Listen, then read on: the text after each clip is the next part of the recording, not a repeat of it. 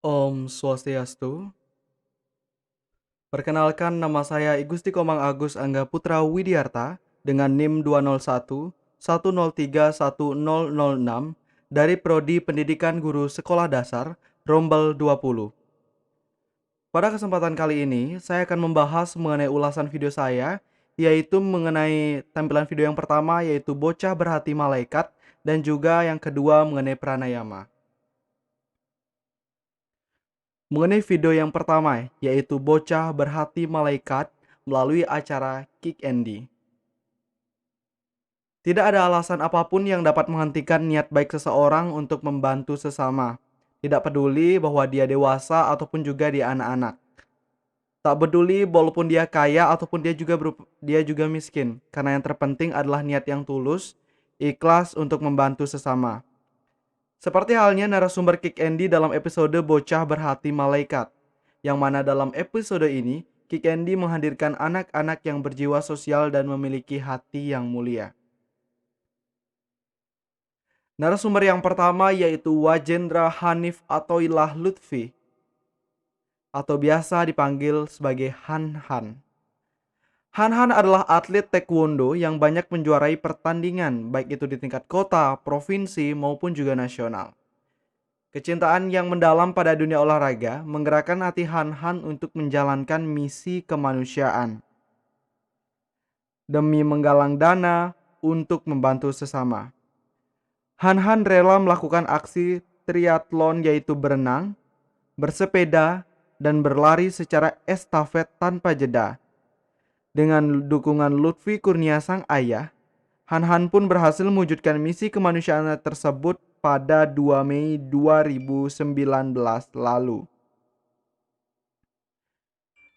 Pada 2019 lalu, yaitu tepatnya pada tanggal 2 Mei 2019, untuk aksi pertamanya ini Han Han menggalang dana untuk Farih, anak pengidap kanker mata yang sudah berjuang melawan kanker selama 4 tahun.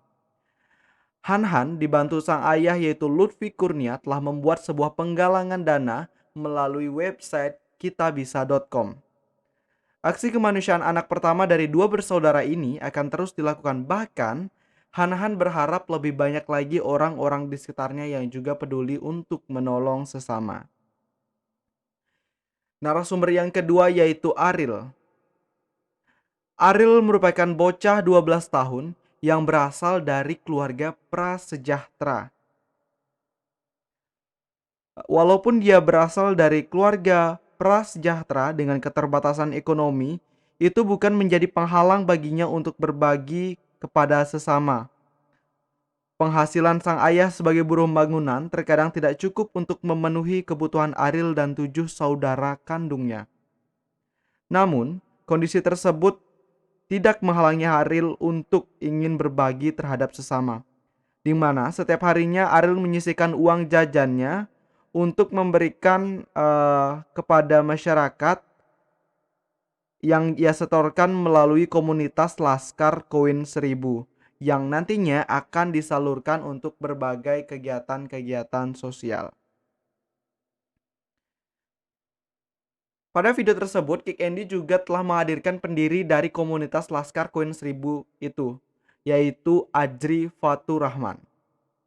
Komunitas Laskar Koin 1000 atau biasa disingkat dengan LKS ini telah berhasil mengumpulkan donasi koin-koin dari para relawan dan donatur yang mayoritas yaitu sebagai seorang pelajar.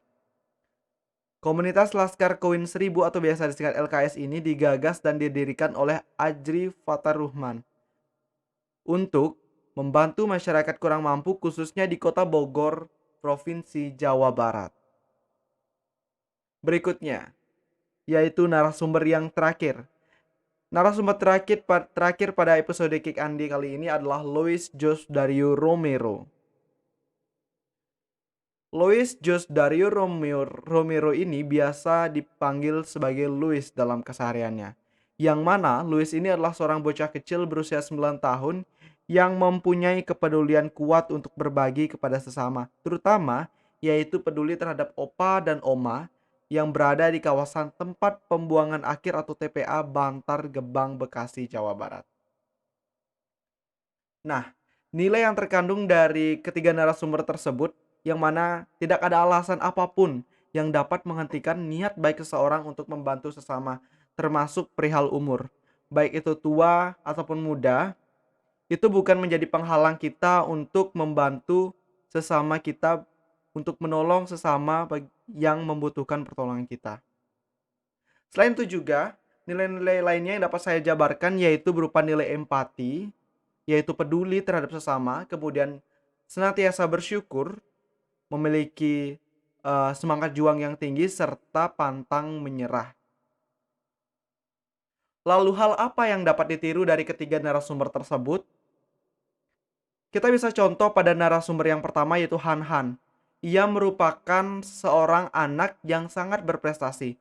Jadi kita sebagai masyarakat dan khususnya sebagai generasi muda dapat meniru prestasi Han Han untuk kita gunakan sebagai motivasi agar kita dapat menjadi seseorang yang berprestasi juga.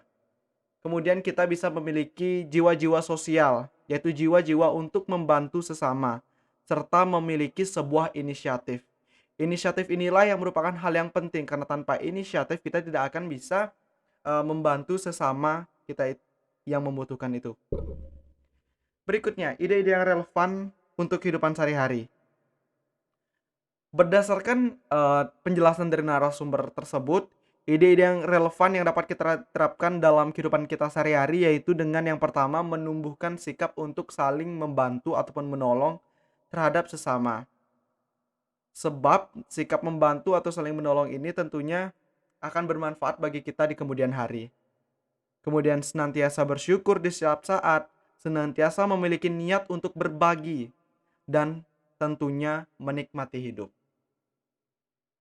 Berikutnya pembahasan video yang kedua yaitu mengenai pranayama. Dapat saya jabarkan atau dapat saya jelaskan bahwa pranayama adalah teknik mengatur aliran energi di dalam tubuh yang mana memasok energi dan juga mengendalikan kompleks pikir dan tubuh. Dalam video tersebut dijelaskan bahwa teknik dalam pernafasan yoga dibagi menjadi dua, yaitu teknik perut, yang mana teknik perut ini dilakukan dengan cara meletakkan tangan di atas perut, kemudian dilanjutkan dengan pengaturan nafas. Kegiatan ini dapat diulang atau dilakukan sebanyak 3 kali.